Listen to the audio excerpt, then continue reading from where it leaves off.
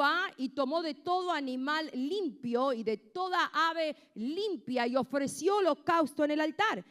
Y percibió Jehová olor grato, y dijo Jehová en su corazón: no volveré más a maldecir la tierra por causa del hombre, porque el intento del corazón del hombre es malo. ¿Desde cuándo? Desde su juventud. Ni volviere más a destruir todo ser viviente, como he hecho. Mientras la tierra permanezca, no cesará la sementera y la siega, el frío y el calor, el verano y el invierno, y el día y la noche. Hay algo que te quiero explicar en el día de hoy, y mi papá lo explicaba de otra manera en cuanto a las palabras proféticas. Iba a agarrar una pelota, después me quedé sin pelota, pero a ver qué agarramos. There's no towel? Yeah, there's a towel. Ok, mi papá lo explicaba de esta manera, que cuando viene una palabra profética a tu vida, la palabra profética toma distancia de ti, ¿verdad? Entonces nosotros creemos que cuando viene un profeta y nos dice: hoy está tu casa, hoy te entrego la casa, hoy te entrego los papeles, la palabra llega y creemos que al llegar a nosotros ese día o en momentos se cumplen, y en realidad no. En realidad lo que sucede es que cuando la palabra profética viene a nuestra vida, nos golpea, no soy buena, ¿cómo es que se llama eso? Feature. Pero toma una distancia de nosotros, rebota en nosotros, y la palabra profética toma distancia, no deje que el frío lo calle. Pero si nosotros entendemos bien, como hablábamos el otro día, que la palabra es luz, es lumbrera a nuestro camino, entonces te lo explico de esta manera: todo lo que tú y yo necesitamos para alcanzar el éxito espiritual que abarca todas las áreas de nuestra vida es luz. Y luz es la palabra, no una palabra profética. Es la palabra que toma en nosotros. Esto que déjalo, porque es la palabra.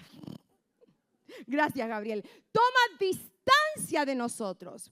La importancia de nosotros crecer en nuestro entendimiento de la palabra es que es un método que Dios usa para acercarnos y adelantar los tiempos hacia la palabra o hacia el cumplimiento de la palabra y las promesas de Dios. Si no hay crecimiento en la palabra en nosotros, perecemos y nunca alcanzamos el completar lo que Dios habló en nuestras vidas.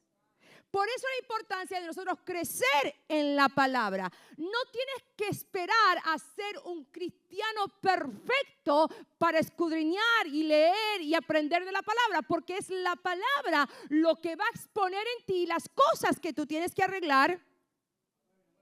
¿Hay alguien que tenga que arreglar algo? Claro, las cosas que tengas que arreglar. Y mientras tú vayas arreglando esas cosas, te vas a ir cortando el camino hacia la palabra o hacia el cumplimiento de la palabra. Decirle que está tuyo: hoy empiezo a leer la Biblia. ¿Qué pasó? ¿No la estaba leyendo?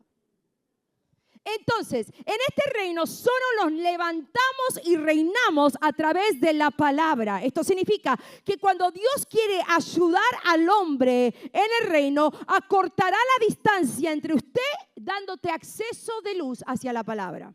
¿Amén o no amén? Isaías 9:2, no lo tienes que buscar, pero Isaías 9:2 dice: el pueblo que estaba sentado en tinieblas ha visto una gran luz. El pueblo que estaba sentado en tinieblas ha visto una gran luz.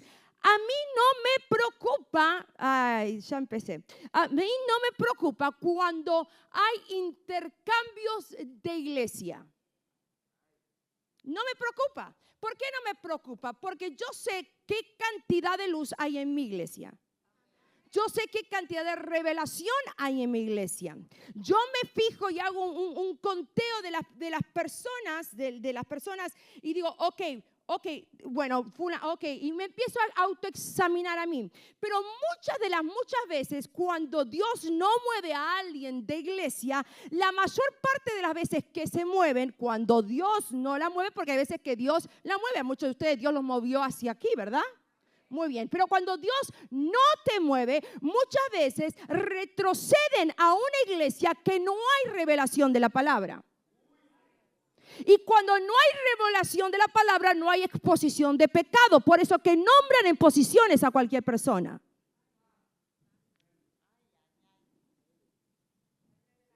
No hay revelación. No hay revelación de la palabra. No hay suficiente luz que alumbre. Pero a este pueblo que una vez estaba en tinieblas, ahora le ha venido una gran luz. ¿Por qué ha venido una gran luz? Porque no nos quedamos en pelo, pantalón y pintura. No nos quedamos en eso. Que hay cosas que tenemos que cambiar, absolutamente sí. Desde el pastor hacia el que está en la puerta. Pero no nos quedamos en lo que es doctrina, porque la doctrina jamás va a exponer el pecado en tu vida. Sigo. Muy bien, seguimos. Entonces, hoy vamos a hablar ¿de qué? De los altares. Queremos entender, mira que estaba tuyo decirle que el otro día miramos la prédica del pastor, porque nos corregimos, y contamos cuántas veces el pastor dijo, dígale al que está al lado suyo. Entonces, vamos a intentar bajar eso, pero hoy me tocó la unción del pastor. Mira al que está al lado tuyo y decirle, queremos entender qué son los altares. ¿Cuál es el punto bíblico de los altares?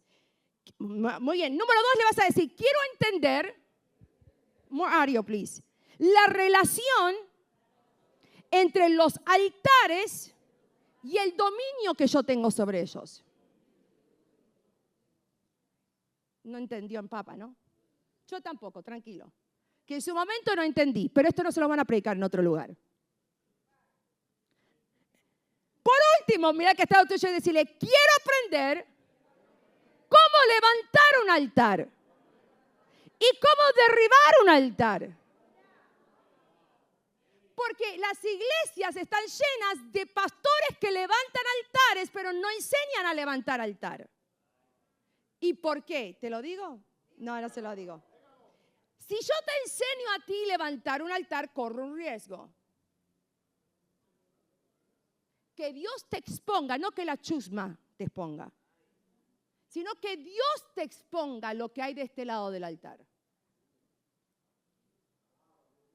Entonces, es mi beneficio no enseñarte a levantar un altar en tu casa, porque mientras más lejos tú estés de la luz, más beneficio yo tengo de eso. Pero cuando tú aprendes a levantar un altar, aprendes a caminar en el Espíritu, estamos todos en el mismo nivel. Lo único que hay es un líder que va a decir, hoy vamos por acá. Estamos en lo cierto. Pero también es importante enseñarte a derribar altares. Porque si no pasarás años peleando contra el enemigo por un altar que nunca derribaste si está en contra tuyo. Ay, Señor de los ejércitos. Entonces, ¿qué es la palabra altar? Altar está mencionada casi 400 veces en toda la Biblia. No importa en la traducción que tú tengas. Solamente en Génesis está mencionada 10 o más veces. Mira, te voy a decir dónde está mencionada. Génesis 8:20 dice, y Noé edificó un altar a Jehová. Ahora, ¿cómo puede ser que después de un diluvio, que estuvieron más de un año, ¿no? Que yo siempre pensé que eran 40 días, pero estuvieron 150 días, no, menos de un año entonces, ¿no? Bueno, pero estuvieron largo tiempo ahí, bastante tiempo. En el arca, después del diluvio, en vez de salir afuera, de celebrar, ya estamos vivos, de hacerse un asado, ¿no? O quizás de reírse de los que no hallaron salvación, lo primero que Noé hizo fue levantar un altar. Ante cualquier cosa, lo primero que él sabía que era esencial antes que exista el tabernáculo era levantar un altar. Entonces, una de las veces, fíjese, las veces que menciona la palabra altar, solamente en Génesis, escuche esto, solamente en Génesis. Génesis 8:20, Noé construye un altar después del diluvio. Génesis 12, capítulo 7, versículo 7, Abraham construye un altar en el lugar donde Dios le aparece. Génesis 12:8. Abraham construye otro altar en el monte. Génesis 13:18. Abraham construye un altar para sacrificar a Isaac. Génesis 26:25. Isaac construye un altar en Gerar. Génesis 33:20. Jacob erige un altar en Siquem. Génesis 35:1, 3, 7. Dios le dice a Jacob que construya un altar en Betel y Jacob lo hace. También en Éxodos, hay otro en Éxodo 17, 14 y 15. Ahora, en cuanto a los altares, tenemos la perspectiva errónea. Mire alrededor suyo.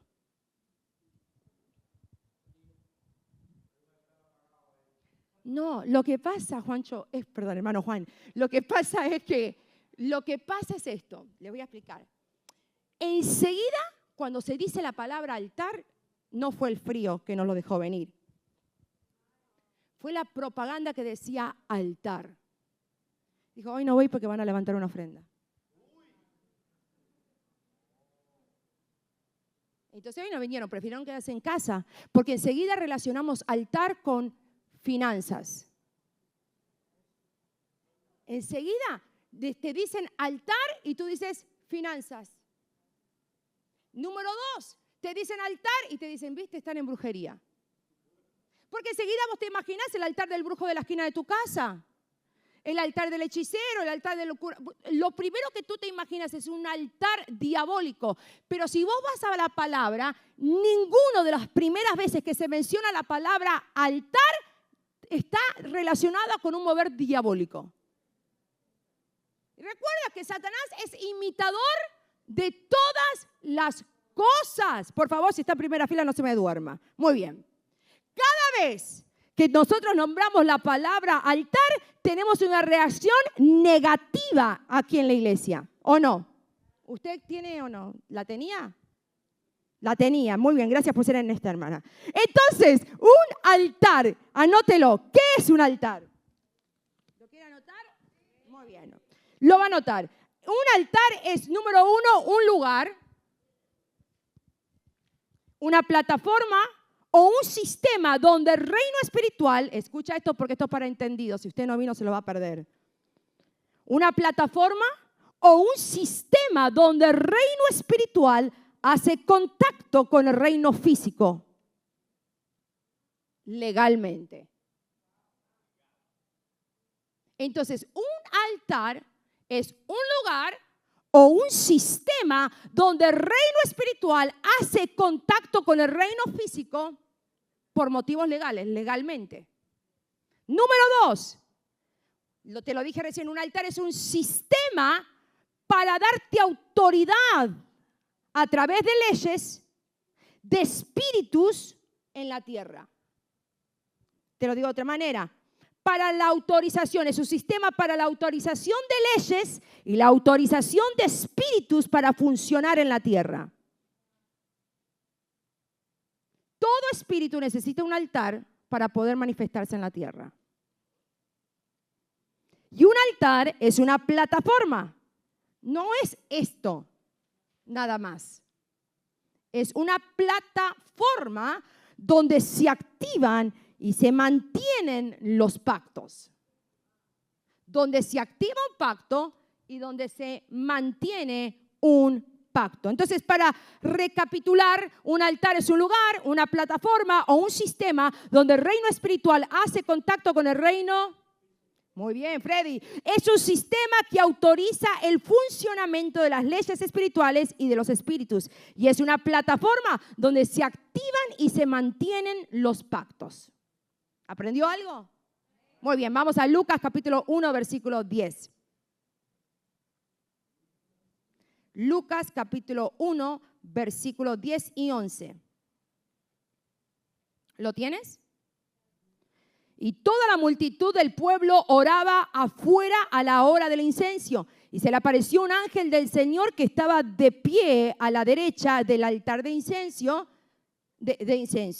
Entonces me dice acá, un altar permite interacciones entre el reino del espíritu y el reino físico. Fíjese lo que acaba de pasar. Lucas 1, 10. Y toda la multitud del pueblo oraba fuera a la hora del incenso y se le apareció un ángel del Señor. ¿Qué estaba haciendo el pueblo? Estaba orando, levantando un altar, y eso permitió un ángel del Señor que se le aparezca. Entonces, un altar es lo que permite interacciones entre el reino del espíritu y el reino físico. Dijimos en primer lugar que un altar, ¿cuál es la primera definición? Un altar es ¿qué? Un lugar. Es un lugar, una plataforma o un sistema donde el reino espiritual se establece con el contacto o establece contacto con el reino físico. Entonces, para ilustrar esta definición podemos referirnos, como recién lo hicimos en Lucas capítulo 1:10. La Biblia dice que toda la multitud del pueblo estaba orando afuera en el momento del incenso, y luego en el versículo 11 se menciona que se apareció un ángel del Señor de pie al lado derecho del altar de incenso. ¿Ok? La segunda definición de un altar es que también es una plataforma para la autorización de las leyes y la autorización de espíritus para funcionar en la tierra. En este sentido, escucha esto, un altar actúa como un espacio que otorga permiso para que las leyes espirituales operen y permite que los espíritus tengan la capacidad de interactuar y actuar en el ámbito terrenal. Entonces, si un altar se convierte en una plataforma que no solo nos da autorización a las leyes espirituales para que funcionen, sino que también habilita los espíritus para que puedan operar en la tierra. Ya vamos, esto es la introducción, ahora te va a gustar. Y finalmente, un altar es una plataforma donde se activan y se mantienen ¿qué? Los pactos. En el contexto, el altar sirve como un lugar sagrado donde se establecen acuerdos espirituales y se refuerzan las promesas hechas entre dos personas involucradas en el pacto. Ahora, escucha esto. Hay una ley en el sistema de altar que se llama la ley del territorio. ¿Querés escuchar cómo es? Bueno, se lo digo a mi abuela que está... La ley del territorio establece que es ilegal para cualquier espíritu funcionar en el ámbito terrenal sin un cuerpo físico. ¿Lo repito? Lo repito. Ahora no sé si es el monitor, no sé qué, pero me siento en una cajita. La ley del territorio establece que es ilegal para cualquier espíritu funcionar en el ámbito terrenal sin un cuerpo físico. ¿Lo repito de vuelta? La ley del territorio establece that it's illegal for any spirit to function on earth without a physical body. So establece que es ilegal para cualquier espíritu, tanto bueno o malo, funcionar en la tierra si no es a través de un cuerpo físico. Así que el espíritu de Jezabel obviamente puede moverse a través de una persona. Necesita el cuerpo de una persona. Alabanzas. Gracias. Enseñanza de esta semana es: esta tierra fue creada para los hombres, no solo para los hombres en general, sino para entidades que poseen cuerpo físico. Entonces, esta tierra fue creada para físico. Entonces, si tú deseas y si tú eres un espíritu y necesitas manifestarse en esta tierra, ¿qué necesitas? Un cuerpo físico. Esto significa que si no tienes un cuerpo físico gordito, lindo, colorado o flaco, así blanco, no tienes la autorización legítima para operar en la tierra. Pellizca al que está al lado tuyo. Pellizquelo. ¿Está legal? Muy bien. Está legal, muy bien, está legal. Aunque un espíritu pueda estar en el cuerpo de un animal, porque puede estar un perro endemoniado, ¿no? Que eso no existe. Sí existe, porque un espíritu necesita. Yo tengo un perro que estaba endemoniado. Algo le hicieron a ese perro, porque era una depresión cuando ese perro estaba increíble. Lo quisimos liberar, pero se lo sembramos a alguien que era demasiado feliz. Ok.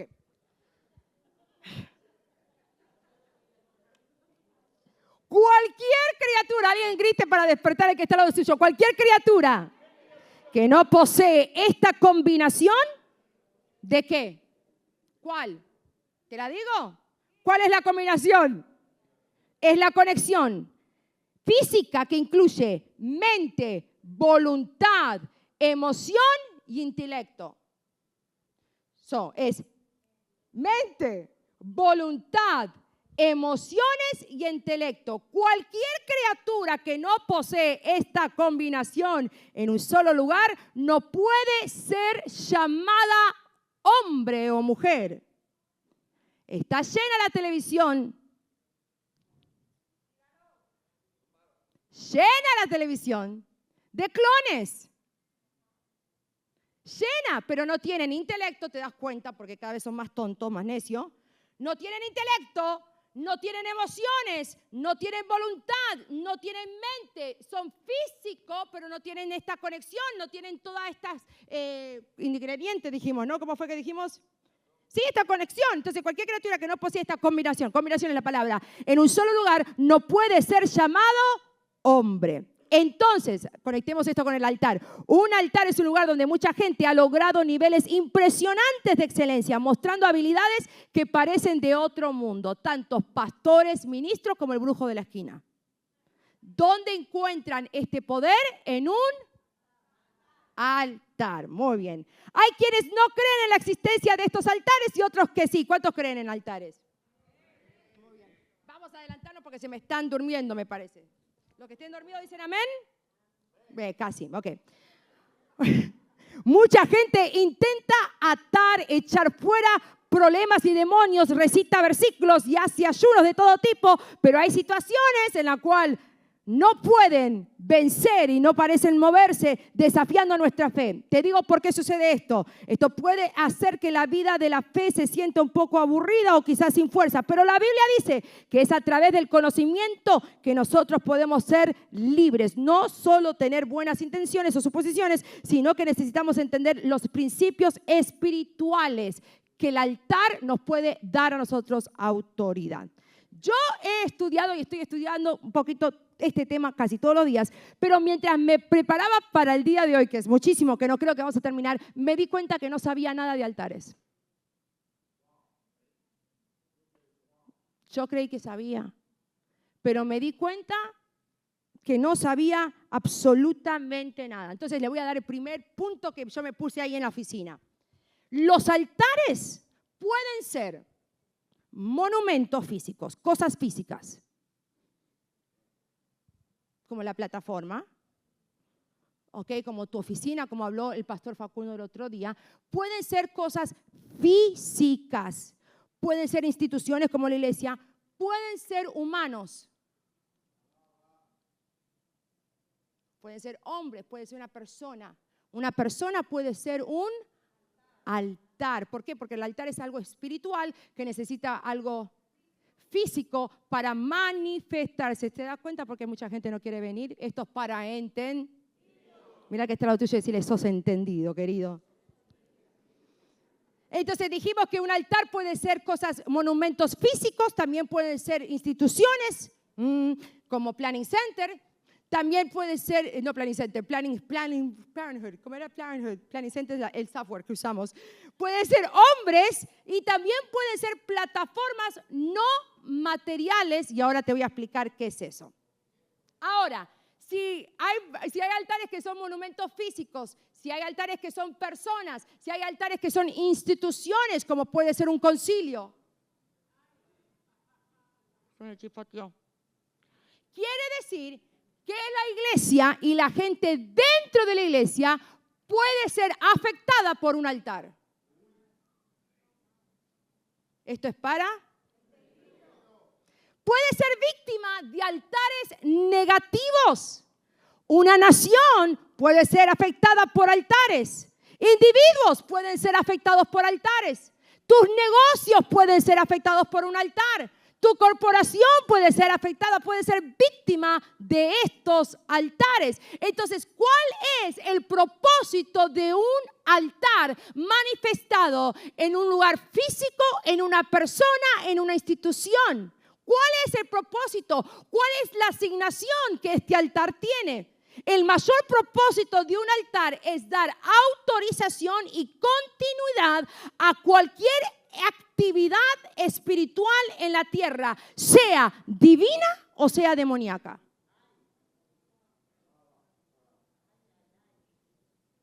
Entonces, la asignación de un altar es dar autorización y mantener en continua activación cualquier manifestación o cualquier actividad espiritual, tanto buena como mala. Ahora vamos a entrar ahí. ¿Se perdió? ¿Seguimos? Muy bien. Entonces, esto es un punto clave que expresa. No lo olvides, el mayor propósito de un altar es dar autorización y ¿qué? Continuidad a cualquier actividad espiritual en la tierra, ya sea divina o demoníaca. Muy bien, el mayor propósito de un altar es dar continuidad y autoridad a cualquier actividad espiritual en la tierra, ya sea divina o sea demoníaca. Cada vez que Dios hizo promesas o estableció un pacto o dijo que iba a hacer algo con los patriarcas y sus hijos, inmediatamente los envió a edificar un altar. ¿Para qué? Incluso cuando no estuviesen ellos presentes, hubiera una plataforma para la continuidad de lo que él había declarado. Entonces, una plataforma es algo que te da autoridad sobre una promesa, pero también le va a dar continuidad a la promesa, tanta divina como demoníaca. Entonces, mientras ese altar siga de pie, el altar donde tus padres te pactaron, siga de pie y nadie lo haya derribado, tú puedes estar diezmando, ofrendando, hablando en lengua con el gran título, pero sigues, como una vez habló el pastor de esta casa, atado a un altar.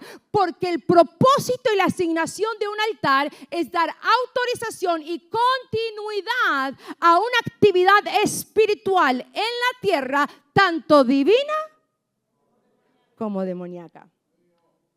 Puedes conocer la presencia de un altar en cualquier vida, o reconocer, mejor dicho, en cualquier vida, familia o región por la consistencia de patrones y ocurrencias, ya sean buenas o malas. ¿Me meto? En cualquier vida, en cualquier ciudad, en cualquier región, cuando tú veas consistentemente patrones y ocurrencias ya buenos o malos, ahí te tiene que sonar la alarma que hay. Son buenos ustedes, ¿eh? Que hay puedes llevarlo a tu casa. Es más, ni lo lleves a tu suegra, porque enseguida pensamos en otro. Yo, la semana pasada, me paré ahí en espejo, me creía la Blancanieves, pero no. Me paré al espejo y dije, okay, vamos, let's review what's going on. Vamos a hacer un repaso de lo que está pasando. Tu abuelita se quedó solita. Tu tía se quedó solita. Tus hermanas solitas. Acá hay un patrón que se está dando continuidad, significa que sigue habiendo un altar. Pero yo vengo de una familia apostólica y profética, pero sigue habiendo un altar que le está dando autoridad, autoridad y continuidad. El domingo tenés que venir entonces. ¿Cómo derribamos? Dice la hermana. Entonces dijimos que le da continuidad y ¿qué? Y autoridad. También podemos hablar de la ansiedad, podemos hablar de la depresión. No hablemos del divorcio, no hablemos de la separación. Pero patrones que haya en tu vida, en tu casa, ahora vamos a hablar de eso. Ahora vamos a entrar ahí. ¿Quiere que entremos? Muy bien. Independientemente de las circunstancias que te rodean, hay un altar que está potenciando eso. Si a malos patrones o buenos patrones negativos siguen ocurriendo a pesar de tus esfuerzos, es porque están, escucha esto, alimentando por altares. Los patrones o las cosas que vos estás viviendo están siendo alimentadas ¿por qué? por altares. Por ejemplo, y acá donde vamos a entrar en un ejemplo para que lo entiendas. La salvación, tu salvación, no es porque hoy no mentiste. No es que sigues siendo salvo porque sos un santo. Mamita, estaríamos todos muertos. No. Lo que le da continuidad y autoriza que la salvación siga sobre tu vida no es porque diezmas, no es porque das limosna, no es porque sos buenito, es porque hay un altar continuo alimentando esa actividad espiritual en ti. Por ejemplo, cuando alguien confiesa a Jesús, no necesitas tú estar presente. No necesita Jesús estar presente. No necesita un pastor. Y entiendo el concepto de que levante su mano y públicamente confiese. No. Pero el altar, el momento de confesar nuestros pecados y aceptar a Cristo como nuestro único y suficiente Salvador, no necesariamente tiene que ser acá. Porque si no lo hace acá, pastora, la iglesia no se va a enterar que hay almas nuevas. Lo puede hacer en el baño. En el baño puede confesar a Jesús como su único y suficiente Salvador. Deje la religión. En la puerta lo puede hacer. Porque no es este altar que le da autorización y autoridad y continuidad a la salvación. Es un altar donde la sangre de Cristo fue derramado y continuamente está presente delante del trono blanco. ¿Amén o no amén? Aleluya. Hay otra, por ejemplo, otro ejemplo es la nación de Israel. La nación de Israel, la bendición de la nación judía está potenciada por altares, ¿o no? Por eso, muchos de ellos, tanto a nivel individual como una nación, cuando vas a Israel todavía practican el judaísmo. Sin embargo, en realidad, muchos de ellos ni nacieron de nuevo, ni han creído en el Señor del Dios que siempre suelen mencionar. Aún así, ese pacto está potenciando la nación de Israel. Muy bien. Ahora, hay altares negativos, y este es el que usted quería escuchar, ¿no? El de la suegra, seguro. El de altares negativos. ¿Tenemos tiempo? Sí, tenemos tiempo. Quizás lo terminamos el domingo. Altares negativos. Todas las adicciones o patrones negativos son alimentados por un altar. Ya sé, adicción, ¿usted pensó en qué? En la suegra no es una adicción. Alcohol, droga, mujeres, un amor del pasado, ansiedad, adictos al estrés, adictos a la preocupación. No necesariamente drogas. Todo lo que toma tu ansiedad, tu atención, todo lo que toma tu energía, todo lo que te roba el sueño es una adicción. El dinero. El trabajo, el teléfono. Ay, Dios mío, el otro día Facundo me dijo, dame el teléfono. Y yo dije, no, ¿para qué? Vio, porque yo antes le hacía eso. Yo antes le tomaba el teléfono y yo le decía, ay, no, muchas horas. ¿Viste cuando el screen te dice muchas horas? Muchas horas, le decía yo. No, tenés que dejar el teléfono. ¿Para qué? Me vino, coseché lo que sembré. Me dijo, dame el teléfono. No, está bien, dame el teléfono. Ok, ay, mamita, qué vergüenza. Es una pandemia, una adicción. Dios mío, la sangre de Cristo me cura. Pero me pidió el teléfono y sí, claro, había estado como que media muy activa en las redes, digamos. Pero todo por el Evangelio, sea la gloria al Señor. Amén. Entonces, adicciones y patrones negativos son alimentados por altares. Escribe esto si estás escribiendo. Todas las adicciones y patrones negativos existen y persisten porque hay altares que los alimentan. Hay altares que los alimentan. Por ejemplo, una atracción rara a las cosas ocultas. Al averiguar, te das cuenta de que en tu familia tiene una historia de idolatría y brujería. ¿Verdad? Y ahí está el enganche que te lleva a ti de vuelta a estas prácticas. ¿No? Como que te llama todo lo raro. ¿no? Como que, Entonces, acá está el enganche que te lleva a esas cosas. Espera, me salté, no era este, era acá. Espera, ahí voy, el 1. Oh, no me salté. O me di vuelta a las cosas. ¿Viste lo que es estar todo el día en internet? No se puede. Altares negativos. Ya lo hice. Va. Ok, ya lo dije. Me falta una página.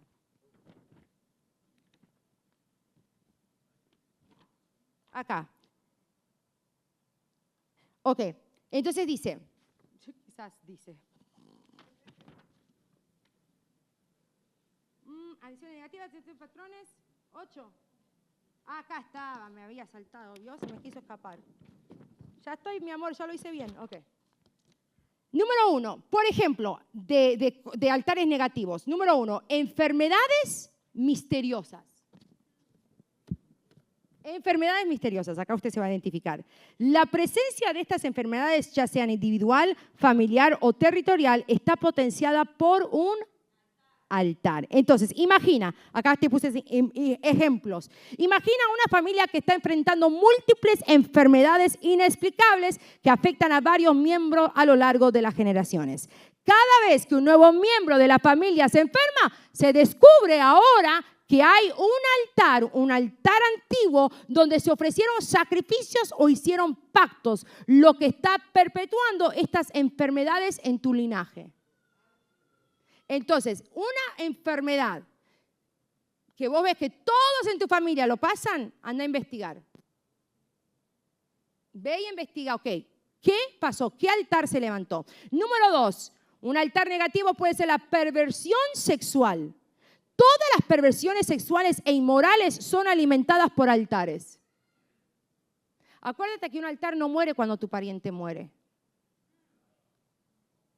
¿Por qué? Porque dijimos que un altar te va a dar autorización y continuidad a una actividad espiritual, ¿sí?, que se está manifestando en tu vida. Entonces, tú no puedes decir, pero esa mi abuela era santera, pero ya murió. No. ¿Quién derribó ese altar? ¿Quién cortó ese altar? ¿No?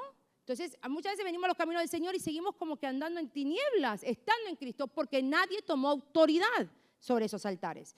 Dijimos, número 2, perversión sexual. Piensa en una persona que, a pesar de querer llevar una vida tranquila, se ve envuelto en situaciones de descontrol sexual. Después de charlar con su familia, se entera de que su abuelo tenía un altar donde se ofrecían cosas raras relacionadas con el sexo. Ajá.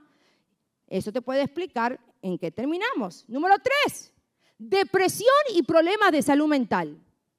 Entendemos que el cansancio puede activar problemas mentales, lo entendemos, y muchas otras cosas más, pero depresión y problemas de salud mental, muchos problemas de salud mental requieren más que consejería. Son el resultado de la presencia de un altar. No se me duerma, por favor. Imagina que alguien que va al psicólogo, que está todo bien, que yo lo necesito a veces y voy, y a pesar de todo no puede salir de un pozo de depresión, después de investigar un poco, se da cuenta de que en su casa había un altar donde se hablaba de la tristeza y la desesperanza. Entonces esa depresión está siendo alimentado por un altar. Número 4, brujería e idolatría. Acá estamos todos fregados. Muchos cristianos sinceros son atraídos de vuelta a las funciones de la idolatría. Ay, pero este rosario me lo regaló la abuela Teresa. ¿No? Pero esta estampita me la dio. No, pero tal cosa, no. Hasta ropa que tenemos de nuestra abuela bruja. Claro, objetos que le pertenecían a los que visitaban a los brujos, a los hechiceros. Libros, películas. Cartas de tarot, que, a ver, no me ve cosas, porque yo nunca fui un brujo, pero ¿qué cosas más te dan? Fotos. ¿Cómo? Talismanes, ¿qué más? ¿Cómo? ¿Flores que te la dan para que te la quedes? ¿Cómo? ¿En serio? Wow. Azabaches. Ay, bueno, en Argentina se usa un jalapeño rojo de la buena suerte. Mal de ojo, ¿ustedes? La pulsera roja. ¿Cómo? ¿Qué es resguardo? Ah, ¿te lo tomás?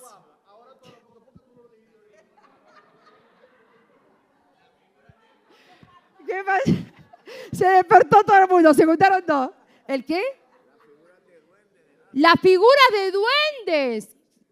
¿Tú viste duendes? Facundo también vio duendes. ¿Qué más? ¿Cómo? Espíritus también ha visto. ¿Qué más? ¿Cómo? Escapulario. Sí, hay gente que anda con cruz colgado también, ¿ok? Oh, wow, tremenda tu abuela. Ok. Entonces, hay gente, escucha esto porque ya nombra mucha gente, ¿no? Pero hay gente que vuelve inconscientemente, ¿no? Quizás había una práctica, había un culto, había una tradición en tu familia. No una tradición que para ti it was harmless, no tenía sentido, pero tú llévale flores a los muertos. Llévale comidas a los muertos. Prenderle vela. Sí, usted no me está prendiendo vela a mí en casa, ¿no? Mire que yo me doy cuenta. Claro. Claro, entonces hay personas aún en el evangelio que siguen atados a estas cosas. Pensá, por ejemplo, un empresario que le va bien, pero de repente siente una atracción hacia cosas raras ocultas. Al averiguar se da cuenta que su familia tiene un historial de idolatría y brujería. Y ahí está el enganche que los lleva a estas prácticas. Por ejemplo, usted hace 5 años que está convertido y todavía está con él.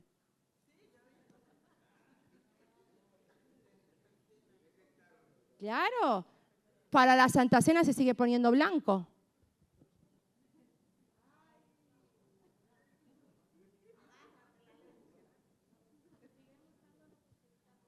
Siguen usando la pulserita roja, pero hay veces que no tenemos revelación y está bien. Yo no juzgo a nadie que la use. El punto es cuando te enteras la verdad. No, ojo, hay cosas que a mí me pasan en mi casa, lo hablé yo hace poquito, hay cosas que los chicos entran a casa que yo ni cuenta me doy. Y cuando las cosas empiezan a pasar, mire, me pasó ayer me pasó. Hace poquito, como que los aires estaban alborotados.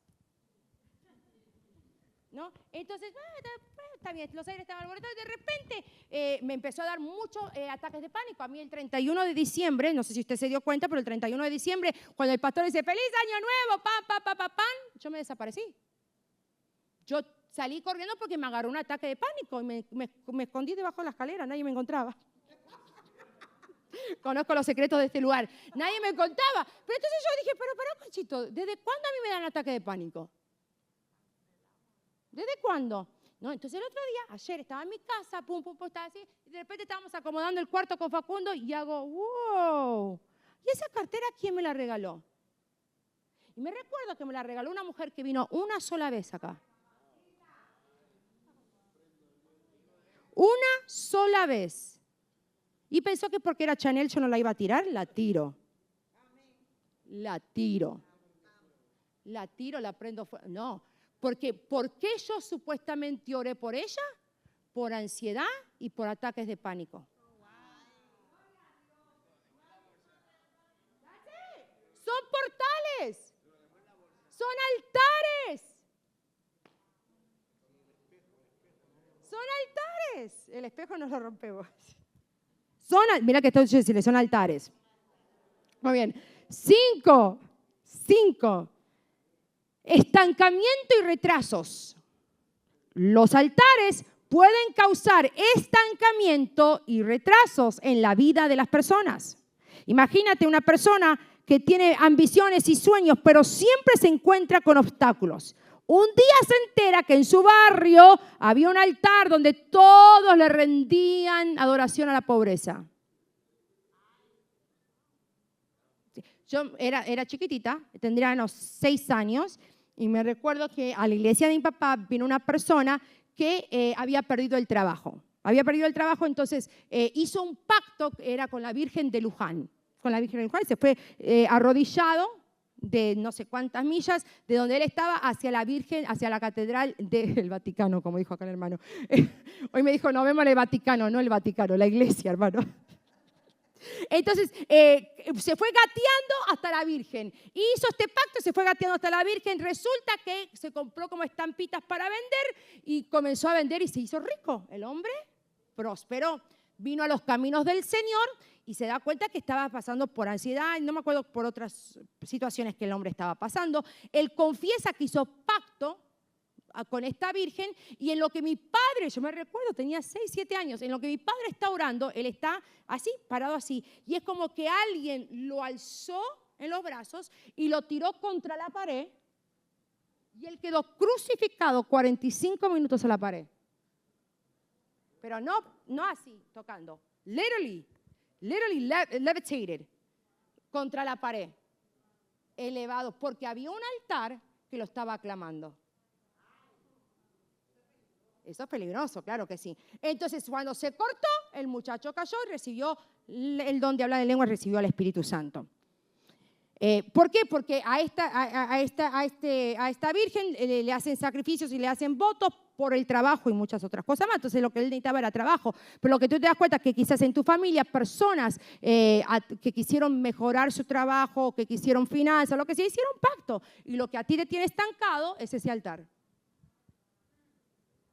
No, yo le contaba a mi hija Angelina el otro día que un lugar de uñas que bueno, me contaba Angie hace tiempo atrás, antes que vaya a trabajar contigo, que el lugar donde ella iba, la persona que estaba ahí, ¿te acuerdas que hacía limpias a la peluquería? Hacía brujería para que la gente venga a la peluquería. Entonces dice, a mí no me gusta cómo me hacen el pelo ahí, pero sigo yendo y no entiendo por qué. Porque hay un altar que te está aclamando. Muy bien, ya termino. Si puede pasar el pianista, por favor. Número 7, infertilidad. 6, síndrome de casi éxito. Las personas ven el éxito, pero nunca lo poseen. Comienzan a hacer proyectos, pero nunca los terminan. Esto es un altar que está en acción en contra de ellos. Infertilidad, también muchas personas experimentan bendiciones que no duran. Esto también es un altar que está aclamando o que está alimentando esto. Escuche esto, la presencia de un altar en tu vida de una persona se puede conocer por la continuidad y patrones de ocurrencia. No se trata solo de coincidencias, hay un patrón que se repite. ¿Cómo funcionan los altares? Mira que está lo tuyo, ¿cómo funcionan los altares? Y cerramos acá y el domingo terminamos. La victoria sobre los altares no se obtiene huyendo de la verdad. Tenés que enfrentarla. Te guste o no te guste, tenés que tomar eso que tenés de tu abuelita, de tu tía, de tu exnovio, de tu expareja, lo que sea, tomarlo y echarlo fuera y enfrentar la verdad. Entonces, la victoria no se obtiene huyendo de la verdad, sino conociéndola. ¿Cómo funcionan los altares? Pregúnteme, pastora, ¿cómo funcionan los altares? Muy bien. Todos los altares satánicos están impulsados por un altar principal. Hay un altar, me salió boricua, principal que alimenta todos estos otros altares. Entonces, ¿cuál es ese altar principal? Tú me quieres decir a mi pastora, ¿cómo derribo? Me decía recién Candice, ¿cómo derribo ese altar? Entonces, hay un altar que está alimentando el resto de los altares. Jueces capítulo 6, versículo 1, se menciona que los israelitas hicieron lo malo ante los ojos del Señor y por eso fueron entregados a los madianitas. Ese altar es el que alimenta a todos los demás altares satánicos. ¿Cuál es? Hacer lo malo ante los ojos del Señor.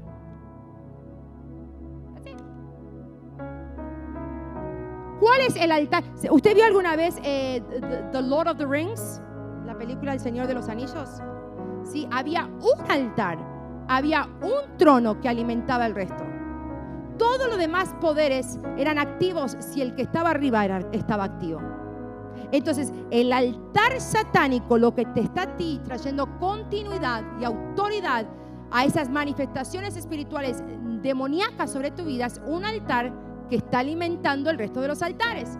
Y el altar principal que está alimentando es el altar del pecado y de la iniquidad. El pecado y de la iniquidad. Oseas capítulo 7 versículo 1. Y cuando yo sané a Israel, ¿cuándo qué? Cuando yo castigué.